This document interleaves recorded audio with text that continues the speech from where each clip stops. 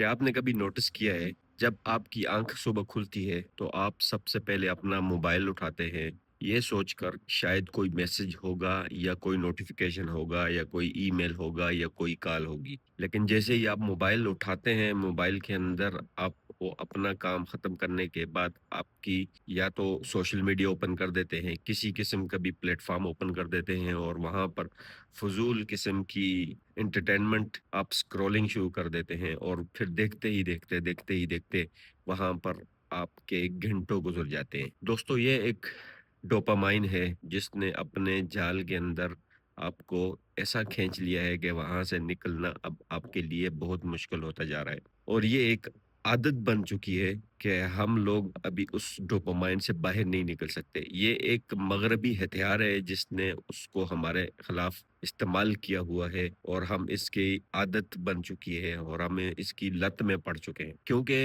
अगर आप अपने डोपामाइन के गुलाम बन चुके हैं, तो फिर आपको कभी भी इससे बाहर निकलना इंतहाई मुश्किल होगा। दोस्तों, डोपामाइन कहा जाता है कि आपको खुशी, इनाम, इसका एक रिवार्ड मिलता है, मोटिवेशन का रिवार्ड मिलता है। आप कोई मैसेजेस देखते हैं या आपको सोशल मीडिया पे लाइक मिलता है, तो आपसे एक डोपामाइन रिलीज़ होता है, जिसकी वजह से अंदर एक खुशी और रिवार्ड महसूस होता है इंसान को, उसको डोपामाइन कहा जाता है। अगर डोपामाइन अगर खराब हो जाए, तो फिर उस सूरत में ज़्यादा मुश्किल क्या होता है कि किसी चीज़ की एडिक्शन लग जाती है। सोशल मीडिया, फ़ुज़ूल किस्म की स्क्रॉलिंग, रील्स देखना, ये इंसान का दिमाग फिर असल हकीकत से हटकर फिर इंसान उसको डोपामाइन के खेल में लगा देता है, जिसकी वजह से एडिक्शन खराब होकर लत लग जाती है और फिर वो वहीं पर अपने आप को मसरूफ़ रखता है। असल सुकून किसमें है? असल सुकून इसमें है कि इंसान उस डोपामाइन को अपना गुलाम बनाए, ना कि खुद उसका गुलाम बने। असल सुकून इसमें है। जब तक आप इस असल सुकून में हैं, तो आपकी ज़िंदगी